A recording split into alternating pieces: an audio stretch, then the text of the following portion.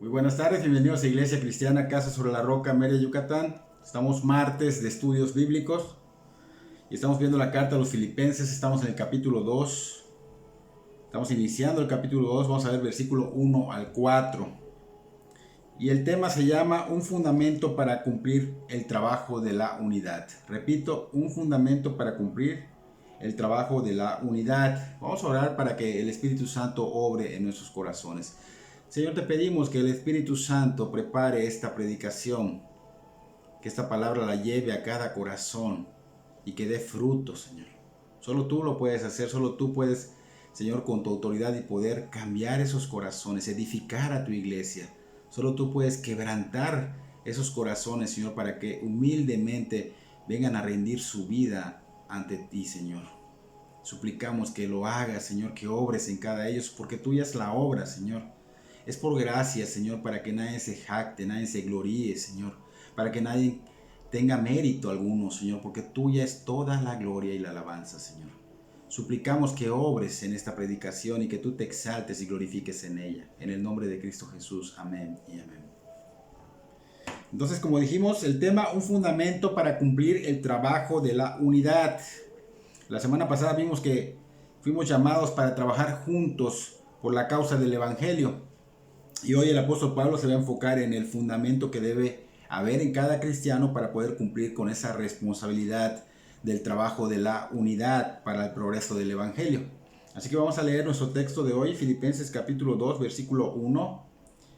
Filipenses capítulo 2, versículo 1 al 4, que dice: Por tanto, si hay alguna consolación en Cristo, si algún consuelo de amor, si alguna comunión del Espíritu, si algún afecto entrañable, si alguna misericordia, completad mi gozo sintiendo lo mismo, teniendo el mismo amor, unánime, sintiendo una misma cosa.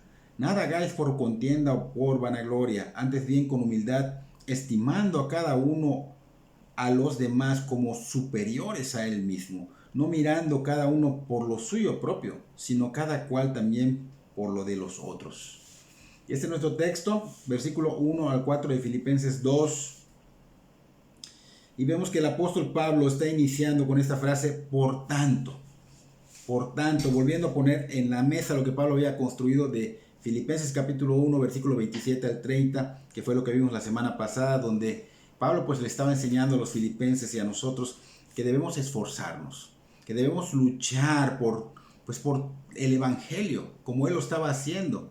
Así se presentan padecimientos, él estaba en prisión, había circunstancias muy fuertes, entonces él está diciendo, luchen, así vengan persecuciones, así vengan cosas que se opongan para extender el reino de Dios, ustedes luchen por el evangelio.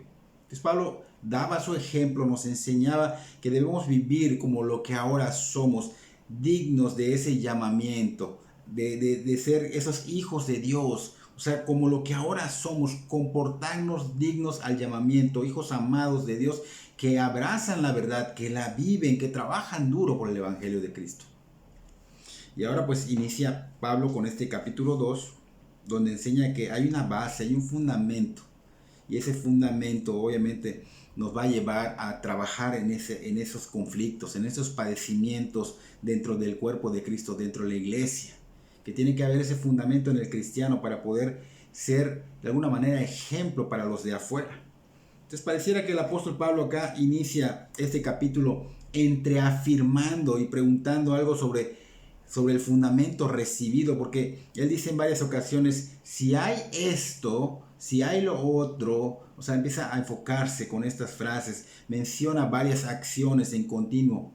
O sea que él está diciendo que si hay estas cosas en los cristianos, o sea, en nosotros los cristianos, si las hemos experimentado, si siguen estas cosas actuando en los cristianos, refiriéndose al fundamento, ¿no? Entonces deberíamos hacernos preguntas para poder entender que estas acciones que está diciendo acá el apóstol Pablo son el fundamento condicionante para llevarnos a hacer algo que nos ha encargado.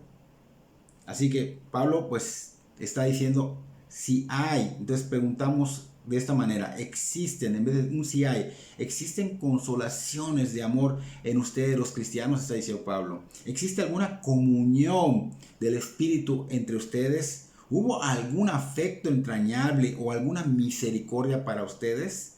Entonces Pablo está como que entre pregunta, más o menos como que pregunta, pero afirma al mismo tiempo, pero lo hace para afirmar que todo esto en verdad ha sido dado por el poder del Espíritu Santo a nosotros, a los que ya nos convertimos a Cristo, a los que ya rindieron su vida a Cristo. Este poder que el Espíritu Santo, pues de alguna manera empieza a emanar dentro de nosotros, empieza a regenerarnos. Ese poder sigue obrando hasta por la eternidad. No para o no sale, no, ahí está permanente, ya está ligado y está obrando por la eternidad. Así que ese consuelo de amor, esa comunión, ese afecto fraternal, esa misericordia obró en nosotros, está en nosotros y está fluyendo porque el Espíritu Santo ha venido a darnos esto. Y esto lo ha dado, ¿por qué? Porque estamos en Cristo. Si no estuviéramos en Cristo, no se da. Si no nos rendimos, si no nos arrepentimos en fe, no se te da. Recordemos que el Espíritu Santo fue enviado a esto. El Espíritu Santo viene cuando nosotros realmente somos perdonados y justificados por el Señor Jesucristo. Y Él fue esta función, cumple. Cristo murió, Cristo resucitó, Cristo ascendió. Y Él dijo, volveré, pero mientras vuelvo, lo dijo en Juan 14, 18, volveré, pero mientras vuelvo, voy a enviarles al Consolador en Juan 1, 6. Porque dijo, pero yo os digo la verdad, os conviene que yo me vaya, porque si no me voy, el Consolador no vendrá a vosotros. Pero si me voy, los enviaré. Y en Juan 14, 18, Él dijo que Él no nos va a dejar huérfanos, que Él va a venir, no nos está abandonando. Él va a regresar, pero mientras Él regresa, el Espíritu Santo está en nosotros. El Espíritu Santo es nuestro consolador. Él es quien nos da ese afecto fraternal, esa comunión, ese amor. Y Pablo dijo en 2 Corintios capítulo 1, versículo 3 al 5. Dice, bendito sea el Dios y Padre de nuestro Señor Jesucristo, Padre de misericordias y Dios de toda consolación, el cual nos consuela en todas nuestras tribulaciones, para que podamos también nosotros consolar a los que están en cualquier tribulación, por medio de la consolación con que nosotros somos consolados por Dios. Porque de la manera que abundan en nosotros aflicciones de Cristo, así abunda también por el mismo Cristo nuestra consolación. Somos consolados de cualquier tribulación por Dios a través del Espíritu Santo. O sea, es Dios mismo, es Dios Padre, Dios Hijo y Dios Espíritu Santo, en tres personas. Pero acá dice que Dios Padre nos consola a través del Espíritu Santo y que abundan las consolaciones de Cristo a través del Espíritu Santo. Así que es Dios Trino quien nos consuela. Somos consolados por Dios Padre, Dios Hijo, por medio del Dios Espíritu Santo. Así como Cristo fue enviado a cumplir su función, el Espíritu Santo ha venido a cumplir la suya. Y esta es la suya que nos va a consolar, que nos va a mantener, a sustentar, lo va a seguir haciendo hasta el día del Señor. Cuando el Espíritu Santo, quien es la garantía de nuestra salvación futura, nos levante para reunirnos con nuestro Señor Jesucristo en las nubes. El Espíritu Santo es quien nos sostiene en amor, nos sostiene en humildad, nos mantiene en esa unidad. Y es eso tan fuerte que está pues emanando en nosotros, que arde dentro de nosotros para que lo externemos, para que el mundo pueda ver la manifestación de la gloria de Dios en nosotros. Así que todo esto, no olvidemos que es posible por la gloria, por la gracia de Cristo. Porque es por Cristo que podemos nosotros tener todo esto. Sin Cristo no somos nada, somos inmundos.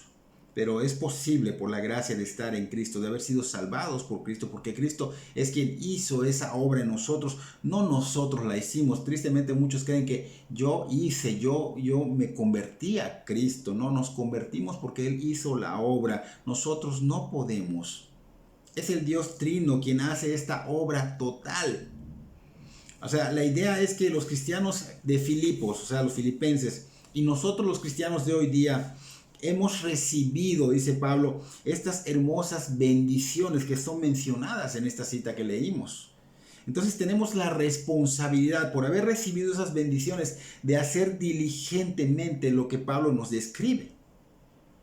Si esto que mencionamos, todo esto que mencionamos, lo tenemos por estar en Cristo, es lo que te está diciendo Pablo prácticamente. Si la respuesta es sí, sabemos que la respuesta es sí, o sea, los cristianos, entonces el apóstol dirá, ¿qué vamos a hacer en los versículos 2, 3 y 4? Entonces no podemos decir que, o cuando Pablo nos dice, ¿qué debes hacer? No podemos decir nosotros, no podemos cumplir con eso, es muy fuerte esta responsabilidad, pero nosotros sí podemos porque el Espíritu Santo está en nosotros y ha obrado en nosotros, ha restaurado esa comunión con Dios, tenemos el poder para hacerlo, así que no hay pretextos. Cristo restauró esa comunión al rendirnos nosotros a su señorío. Cristo justificó nos justificó ante el Padre cuando nosotros nos arrepentimos en fe. Entonces tenemos toda la capacidad, el poder y la capacidad y la habilidad de hacer lo que Pablo nos va a decir ahorita, lo que debe haber entre cada cristiano. Entonces Pablo está diciendo, no hay excusas, no puedes decir, no puedo, porque tú tienes, allá dice, el amor, la humildad, la comunión. Porque es el mismo Espíritu que mora en nosotros, porque tenemos al mismo Dios y al mismo Señor. Pero no olvidemos que también tenemos la misma verdad de Dios, o sea, la misma palabra, la misma mente de Cristo. Y como estamos unidos con el Espíritu Santo, Él mora en nosotros, está como amalgamado. Pues tenemos que externarlo. Él mora en nosotros y va fluyendo de Él, todo esto emana de Él y va a fluir de tal manera que contribuye a esta unidad en amor a la cual Pablo nos está llamando a través del Espíritu Santo. El Espíritu Santo morando en nosotros, la palabra que el Espíritu Santo inspiró, obviamente nos llevan a lo mismo, a ese mismo sentir, esa misma sintonía. Entonces, estas virtudes que el Espíritu Santo ha puesto en nosotros deben fluir. Él las ha proveído. Entonces Pablo nos dice que esa unidad, esa humildad y el amor deben de fluir. Pero debemos entender esto, no se van a manifestar solo así porque sí. O sea, yo ya tengo el Espíritu Santo y solito se va a dar la humildad, solito se va a dar el amor con los hermanos, solito se va a dar la humildad y la unidad. No. Nosotros que ya tenemos esto, tenemos la responsabilidad de sacarlas, de manifestarlas. Es nuestra responsabilidad externarlo. No es la responsabilidad de Dios, sino nuestra, porque Dios ya puso internamente lo necesario para poder hacerlo visible, que se vea en nuestras acciones, para que el poder de Dios se manifieste en el exterior de cada uno de los cristianos, pero en unidad. O sea, dentro de la congregación debe ser visto esto. Entre los hermanos debe ser visto esto. Y por fuera debe ser visto por los del mundo. Entonces debemos trabajar para que esto funcione, para que esto fluya y trabaje como debe de ser, como Dios manda, para que esa unidad por la que Cristo murió no se desuna. No se desuna, porque Dios ha puesto ese fundamento y nosotros debemos mantenerlo para adornar el Evangelio. Recuerden que nosotros adornamos el Evangelio y vamos a ilustrarlo. Es como un edificio que esté bien fundamentado, o sea, con sus cimientos y bien hecho y todo listo. Pero haz de cuenta que los cristianos somos los diseñadores. Esos diseñadores de moda, esos que le van a dar la hermosura al edificio para que se vea atractivo para cumplir con su fin. Entonces, muy similares a la vida de los cristianos. Ya tenemos el fundamento. Lo está diciendo Pablo, ya tenemos el fundamento. Ahora, ¿qué debemos hacer? Adornar con nuestras vidas, con nuestros pensamientos, con nuestras acciones, con nuestras reacciones el Evangelio. Porque Dios nos ha dado todo esto necesario. Entonces tenemos cómo y debemos hacerlo, es nuestra responsabilidad. Tenemos la capacidad para hacerlo bien como unidad, como iglesia. Esa unidad debe de ser siempre cuidada, guardada. Unidad en amor, para así adornar de tal manera que sean atraídos los que no son cristianos para que rindan su vida al señorío de Jesucristo. Así que tenemos que tener cuidado, porque si nosotros no hacemos o no cumplimos con lo que Pablo nos está pidiendo acá, estamos siendo tropiezo para el progreso del Evangelio. Y vemos que Él ha dado los puntos específicos a los filipenses y a nosotros. Dice Filipenses capítulo 2, versículos 2 al 4, completad mi gozo sintiendo lo mismo, teniendo el mismo amor, unánimes, sintiendo una misma cosa. En el versículo 3, nada hagáis por contienda, por vanagloria, antes bien con humildad, estimando a cada uno a los demás como superiores a él mismo, no mirando cada uno por lo suyo propio, sino cada cual también por lo de los otros. Entonces vemos puntos específicos en cuanto al amor, la humildad, la unidad. Está diciendo, completad mi gozo, dice Pablo. Y haciendo una petición especial, porque Pablo quería que los filipenses supieran y atesoraran que Cristo fundó la iglesia por un propósito, para un propósito, que estuviéramos en unidad, humildad y amor. Y pues esto es algo que debe de darse en las iglesias, debe darse en las congregaciones, debe darse entre las iglesias hermanas. Tristemente no lo vemos mucho, Entonces Pablo quería que ellos entendieran y se llevara a cabo para que él pueda completar su gozo, para que él sea feliz. ¿Y cómo se podía hacer esto? Pues dice Pablo, tengan el mismo sentir, el mismo amor, porque es el mismo espíritu, el mismo amor, de hecho es el mismo Señor y el mismo Dios. Así que podemos tener el mismo amor, podemos tener esa unidad, porque estamos sintiendo las mismas cosas, vivir en la unidad, esa unidad profunda, permanente entre la iglesia. Y eso es lo que le está diciendo a los filipenses y también nos lo dice a nosotros, porque la unidad es la meta, esa es la meta, unánimes, trabajando, expandiendo el evangelio. Entonces estas son descripciones de cómo alcanzar y practicar la unidad. Aquí dice, a completar mi gozo sintiendo lo mismo, teniendo el mismo amor, unánime, sintiendo una misma cosa.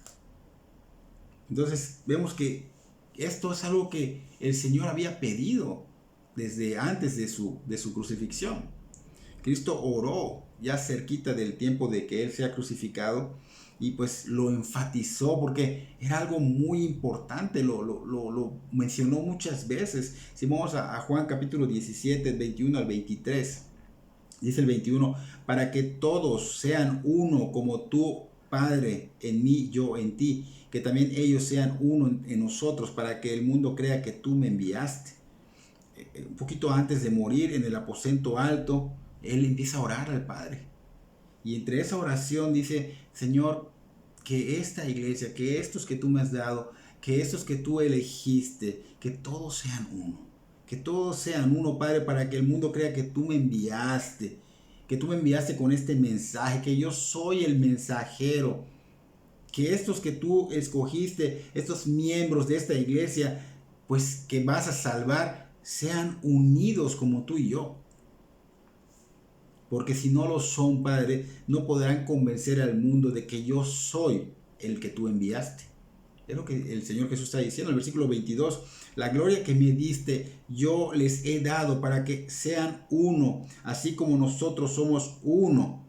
Y vemos que sigue enfatizando que ellos sean uno. Versículo 23. Yo en ellos, tú en mí, para que sean perfectos en unidad. Vuelve otra vez a enfatizar.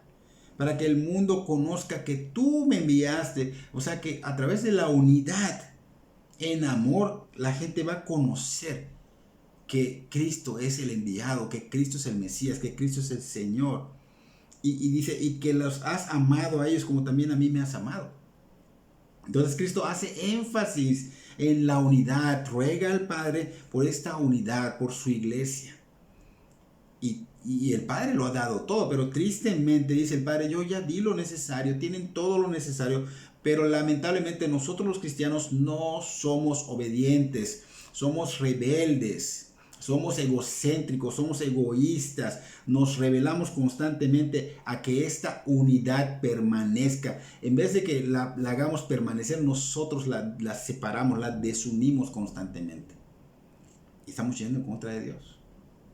Cristo hizo lo que tenía que hacer. Él vino a nuestro lugar. Él no era su culpa, sino que la tomó, pagó, complació a Dios Padre con su muerte en la cruz. Y el Padre hizo lo que le correspondía. Él ha dado la gracia, ha enviado al Espíritu Santo. Tenemos lo necesario para cumplir y glorificar a Dios Padre y al Señor Jesucristo.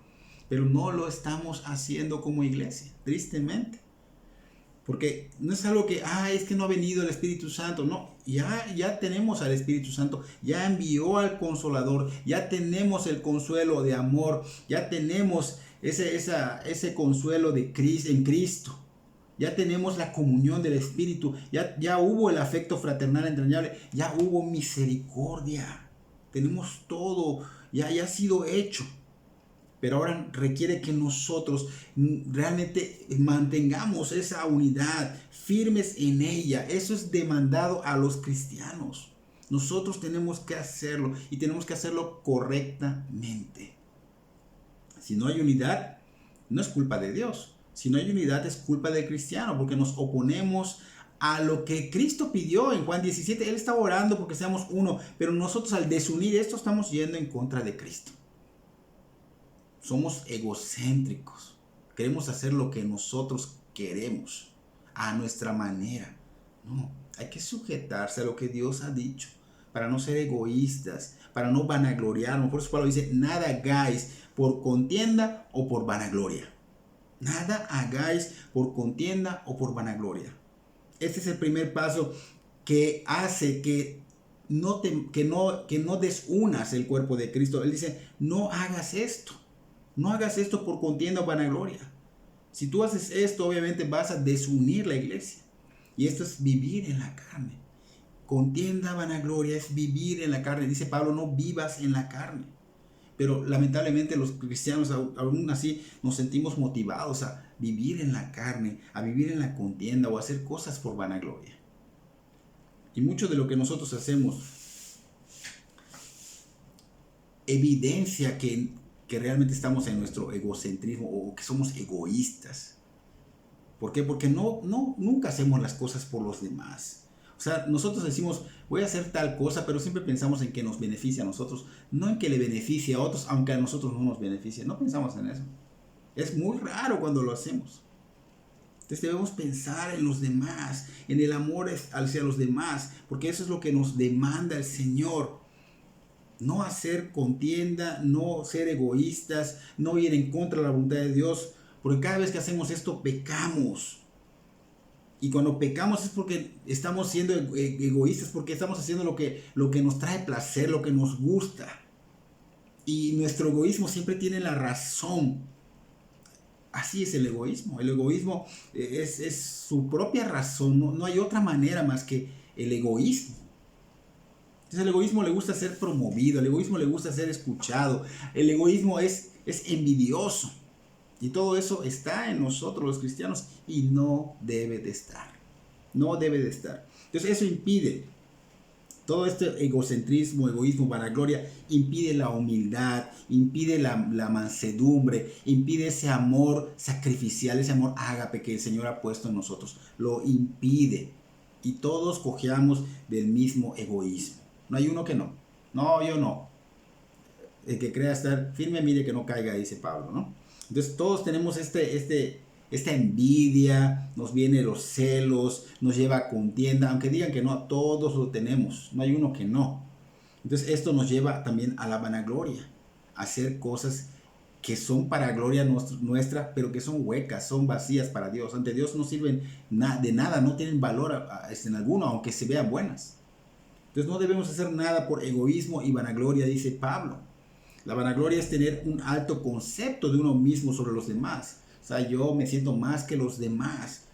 Tengo un interés excesivo por mis cosas, por mí mismo. Eso es hacer el concepto de vanagloria.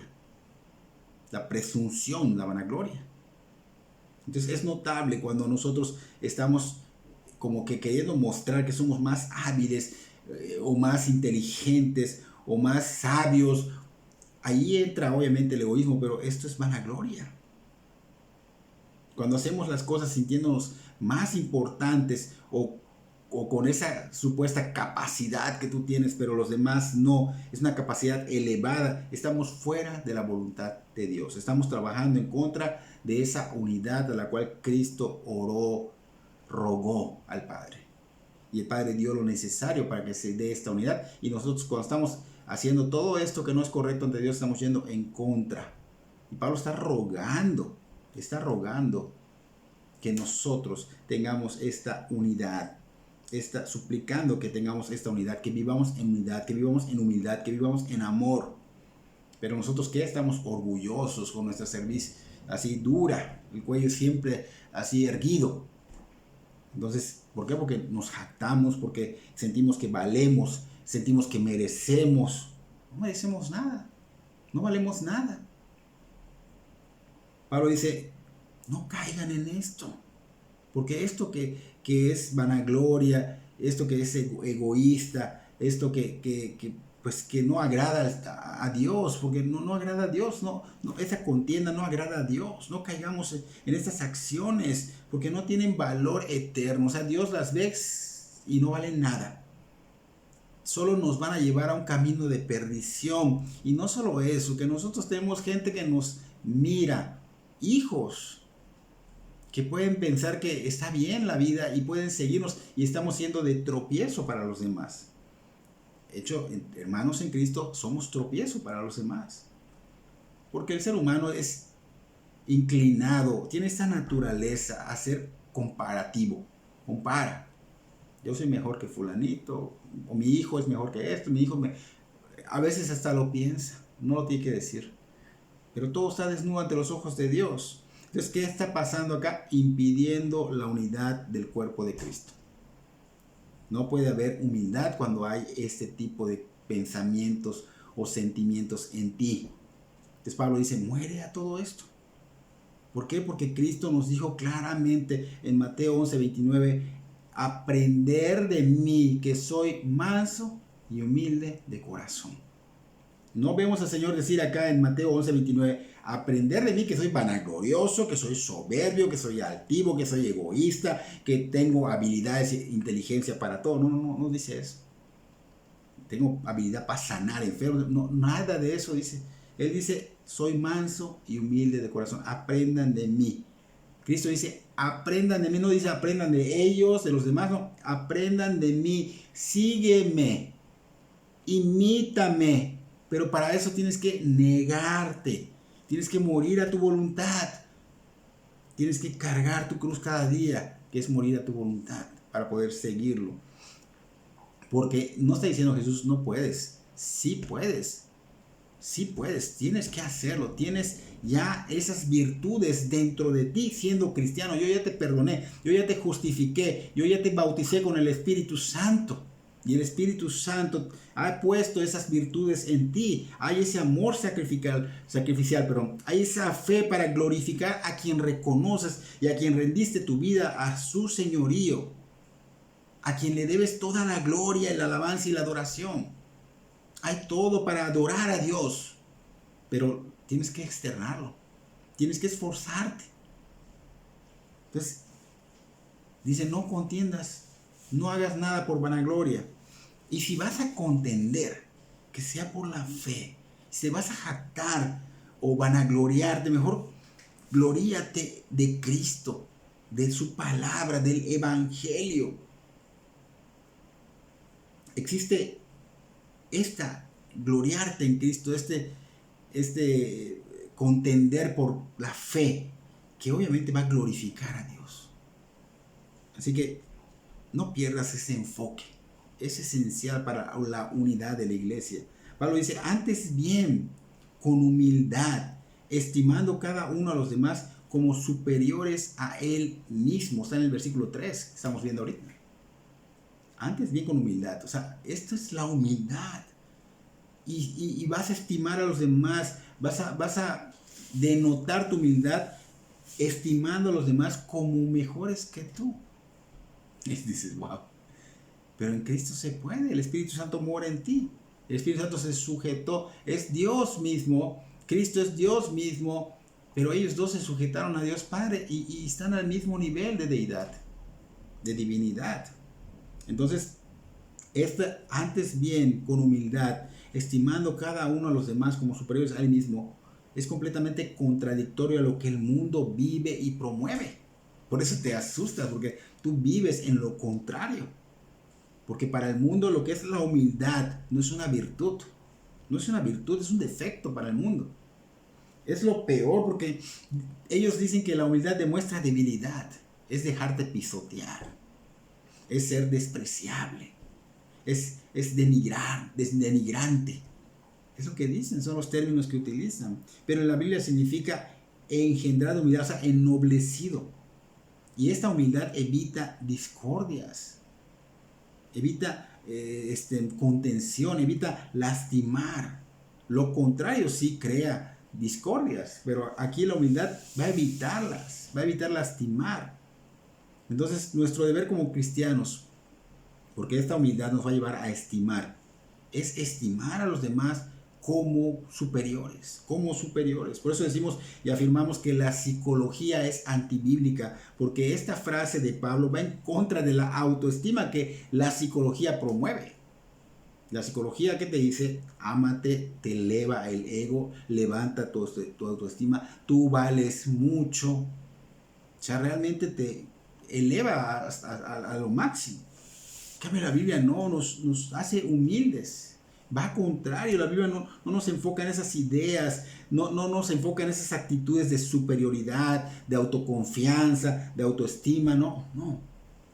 Cuando nosotros los cristianos estamos en baja autoestima, nos va bien con el Señor.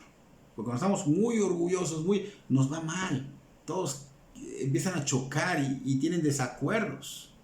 Entonces, cuando estimamos a los demás como superiores, es cuando tenemos la preocupación por las necesidades y por las preocupaciones de los demás. Entonces, este tipo de mentalidad fluye, solito fluye de nosotros, de nuestro interior al exterior. Y ya está en nosotros, solo que no lo queremos dejar salir. Queremos vivir a nuestra manera, pero no, ahí lo tenemos. Entonces, nos va a llevar de manera natural a esa unidad con el pueblo de Dios, a amar al pueblo de Dios.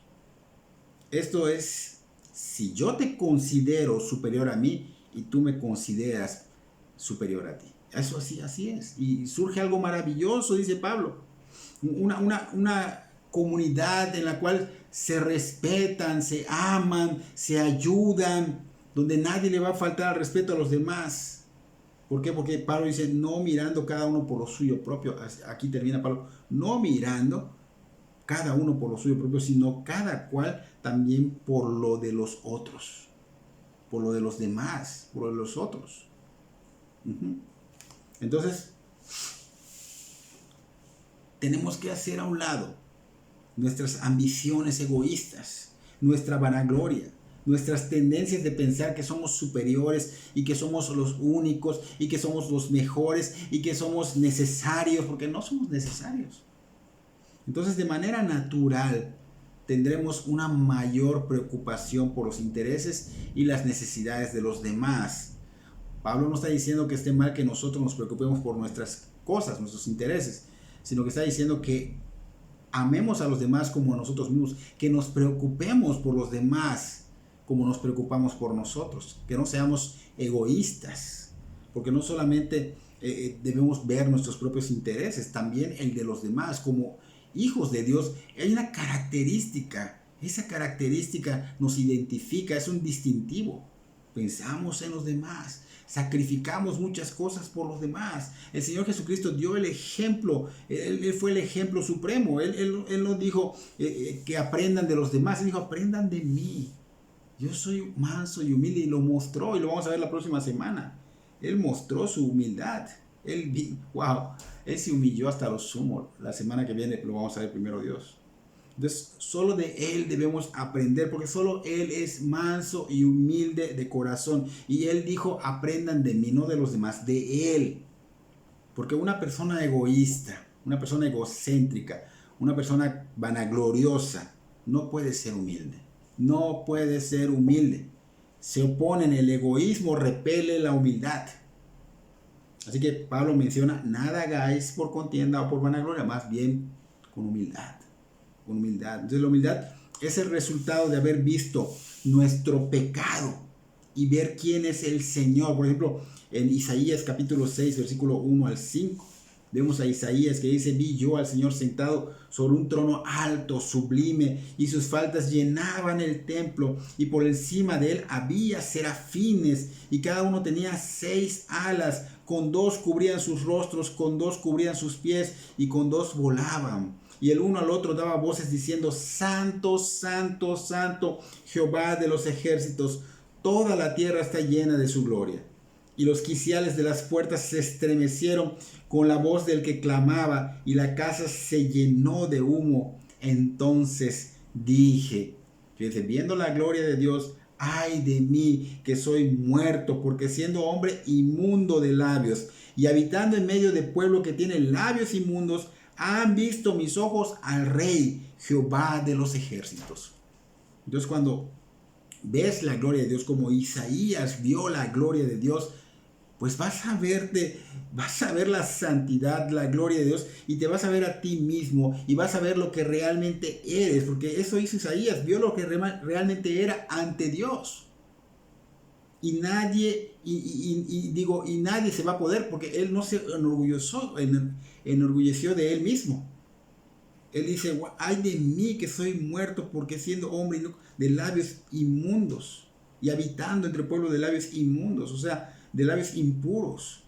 Entonces él reconoció su impureza, su pecaminosidad, su inmundicia ante un Dios santo. Y dijo: habito en pueblo de también personas que tienen labios impuros, pero no por decir soy mejor que ellos, sino por decir: yo pensé, pero veo que no, yo no soy mejor que ellos. Yo no soy mejor que ellos. Y aquí es donde entra la humildad, porque viste realmente tu condición espiritual ante Dios, y pues obviamente también pensaste en los demás. Como la humildad se hace en pensar en los demás. Mira, yo no soy mejor que ellos. Entonces podemos dar un ejemplo. Por ejemplo, a la hora de tomar decisiones, normalmente cuando lo hacemos pensamos en si nos beneficia, pero pensamos en los demás. O sea, deberíamos pensar en los demás, y esta decisión va a beneficiar a los demás. O sea, no solo a mí, o que me va a beneficiar, pero va a beneficiar a los demás. Y allí yo voy a decidir qué decisión tomar, porque si va a afectar a mi familia, va a afectar a mis hermanos, va a afectar a la iglesia, va a afectar el evangelio, pues no. Tal vez yo haga algo que lastime a algún hermano, que lo hiera, que lo perjudique. A lo mejor lo voy a hacer de tropiezo para él. Entonces no tomo esa decisión. O sea, tomo otra decisión. No tomo eso, que va a traer daño. Entonces debo pensar antes de actuar y tomar decisiones que no causen daños a los demás. ¿Por qué? Porque ese amor ágape ya está en nosotros, y ese amor es sacrificial. Es sacrificial. Por eso los cristianos no hacemos muchas cosas, no tomamos muchas decisiones, aunque parezcan buenas, porque pueden ser causantes de algo malo para otros o ser tropiezo en la fe para otros. Entonces pensamos en los demás. Así que habrá ocasiones en que tomaremos decisiones que son tal vez malas para nosotros, negativas para nosotros, pero que serán de beneficio para los demás. A lo mejor esto me beneficiaba, pero traería mal a los demás, entonces no la tomo. Así que debemos estar dispuestos a ser pues sacrificiales, como Cristo en la cruz se sacrificó por nosotros. Él vino a tomar nuestro lugar, Él tomó nuestro castigo que nosotros merecíamos y cargó con ello, fue aplastado por la ira de Dios, recibió nuestro castigo en nuestro lugar, vino a servir, no a ser servido, lo dijo. Vino a dar su vida en rescate de los demás, no a ser rescatado. Entonces, tenemos que entenderlo, porque hay muchos cristianos que no viven así, que son egocéntricos, que son vanagloriosos, que son egoístas, solo piensan en ellos mismos. Y ahí frota la soberbia, la vanagloria, el egoísmo, la contienda. Y lo podemos ilustrar con un barco que se estaba hundiendo, como cuando se hundió el Titanic. Pues los egoístas, ¿qué hicieron? Tomaron rápidamente sus salvavidas, tomaron sus barquitos, pero no voltearon a ver si los demás iban a tener salvavidas y barquito. No vieron la condición en la que se encontraban los demás. Y así son muchos cristianos, tristemente. Pero el cristiano no fue llamado a esto. El cristiano fue llamado para buscar siempre por los intereses de los demás, preocuparse por los demás. Y esta preocupación, dice Pablo, que va a traer un resultado. En el versículo 2, va a completar mi gozo sintiendo lo mismo, teniendo el mismo amor, unánime, sintiendo una misma cosa. O sea, Pablo les quería decir a los filipenses y a nosotros que esto le iba a traer más gozo, porque Pablo vivía en gozo. Pero obviamente la división que estaba viendo en la iglesia no traía completo su gozo. Él veía división entre los hermanos y le decía, no hagan eso, hermanos. No hagan eso, no busquen sus propios intereses. No hagan las cosas por egoísmo ni por vanagloria. Para que hagan completo mi gozo. Pablo estaba siendo usado por el Espíritu Santo. O sea, quiere decir que el Señor no se goza cuando estamos en división, cuando estamos en contienda, cuando estamos en vanagloria, cuando somos egoístas. No se goza Dios. Y el mundo exterior no debe ver las divisiones que tenemos los hermanos, porque somos de tropiezo para el progreso del Evangelio. Entonces, todas estas contiendas y vanaglorias entre hermanos en Cristo no debe de ser. Al contrario, debemos esforzarnos como cristianos a hacer unidad, a hacer uno, para que el mundo, para que tanto los hermanos en Cristo como el mundo vean que vivimos en el mismo sentir, en el mismo amor, la misma comunión, el mismo propósito, la misma causa por Cristo. Entonces, no enfocarnos en el egoísmo, ¿no? Nuestros propios intereses, contiendas, no. Por ejemplo, la vida matrimonial. Ahí vemos muy claro ese pensar en los demás. Por ejemplo, cuando el esposo decide tomar alguna decisión que está al aire y con su esposa, y ya voy a tomar la decisión, pero esa decisión pues obviamente no le agrada mucho a la esposa. Pero la esposa está viendo que no va en contra de lo que Dios ha revelado. Y ella pues la acepta y se sujeta porque ella sabe el rol que tiene su esposo, porque Dios lo ha puesto y respeta eso. No están de acuerdo, pero tienen el mismo sentir. Como cuando a mí sucede con los hijos, ellos escuchan un mandato del padre o de la madre, y aunque no están de acuerdo con lo que el padre les demanda, los hijos reconocen la autoridad que Dios ha dado a sus padres. ¿Y qué hacen? No estoy de acuerdo, pero me sujeto. Me sujeto porque tenemos el mismo sentir. No lo confundas con, ok, lo hago, pero por dentro no, sino que me sujeto y lo acepto porque es el Señor quien me ha dicho, honra a tu padre y a tu madre. Entonces, no tenemos la misma opinión a veces, pero tenemos el mismo sentir. Y esto va a hacer que nos pongamos de acuerdo. ¿Y cómo va a pasar esto? Pues obviamente cuando nosotros estamos enfocados en el reino de Dios y su justicia, orando, practicando la palabra, que la palabra nos guíe, escuchando las prédicas, obedeciendo la palabra, esto va a darse, va a ponerse, nos va a traer acuerdos. Así que esto nos va a llevar a la misma sintonía con los demás. Lamentablemente, vemos que hay muchas contiendas, muchas disensiones, y esto lo que muestra pues es la inmadurez. Contrario, cuando tú te sujetas, obviamente estás viendo la madurez de la persona. Entonces hay mucha inmadurez. Entonces tenemos mucha oposición. Esto es lo que tenemos que enfocarnos. Tenemos mucha oposición por fuera de parte de Satanás. A veces por dentro hemos visto que se infiltran manipulando a los seres humanos para que sean tropiezo, para que nos desvíen. Pero nosotros, en vez de estar enfocándonos en pelear entre nosotros mismos, debemos unirnos. Entonces dejemos, hermanos, de ser infantiles espiritualmente hablando, como niños que no han crecido y después de cuántos años en el Evangelio.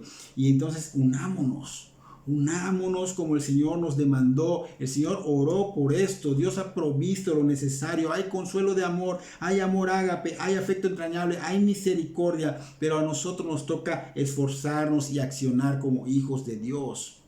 De hecho, Pablo le enseña a los colosenses cómo hacerlo. En Colosenses capítulo 3, versículo 12 al 15. Él le dice, vestidos pues como escogidos de Dios, santos y amados, de entrañable misericordia, de benignidad, de humildad, de mansedumbre, de paciencia, soportándoos unos a otros y perdonándoos unos a otros si alguno tuviera queja contra otro. De la manera que Cristo os perdonó, así también hacedlo vosotros.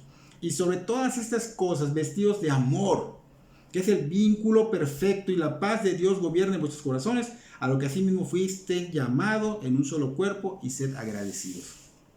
Aquí está todo cómo nosotros debemos esforzarnos y accionar. Colosenses 3, 12 al 15. Debemos caminar en esto como hermanos unidos. Tenemos todo lo necesario, las herramientas necesarias están en nosotros, solo hay que esforzarnos y usarlas. Dios ya lo proveyó. Para eso nos llamó, para mostrar la unidad al mundo.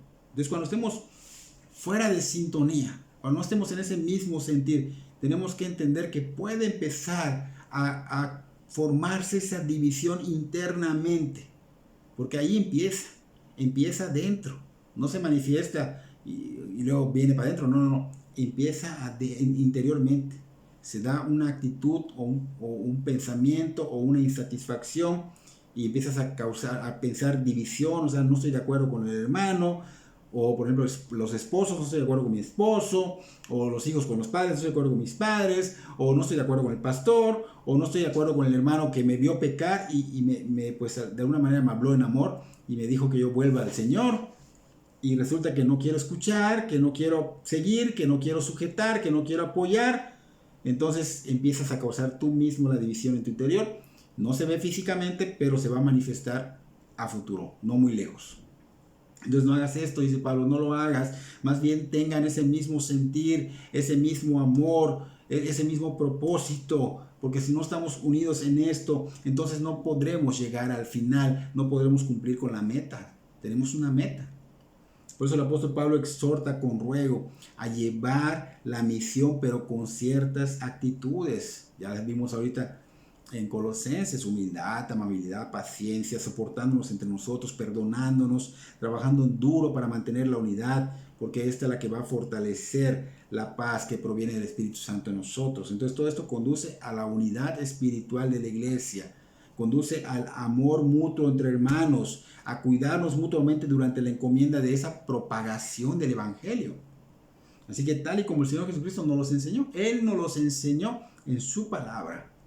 Y Él nos enseña con el fin de que el mundo reconozca su gloria, reconozca que el Señor Jesucristo es el Señor, y que Él es el Salvador, y que Él es el mensajero que fue enviado para la gloria de Dios Padre. Y que esto va a traer gozo a ese Dios trino, va a traer gloria a ese Dios trino, y a nosotros nos va a traer gozo, paz. Pero no olvidemos, hermanos, no olvidemos que el fundamento es la humildad y el amor para esa unidad. Y si tú aún no eres de Cristo, estás a tiempo de buscar a Dios en el Evangelio, escuchar el Evangelio y rogarle por misericordia hasta que Él haga la obra en ti, porque Él tiene que hacer la obra, y cuando Él haga la obra en ti, créeme que Él te lo hará saber. Que Dios bendiga tu vida grandemente.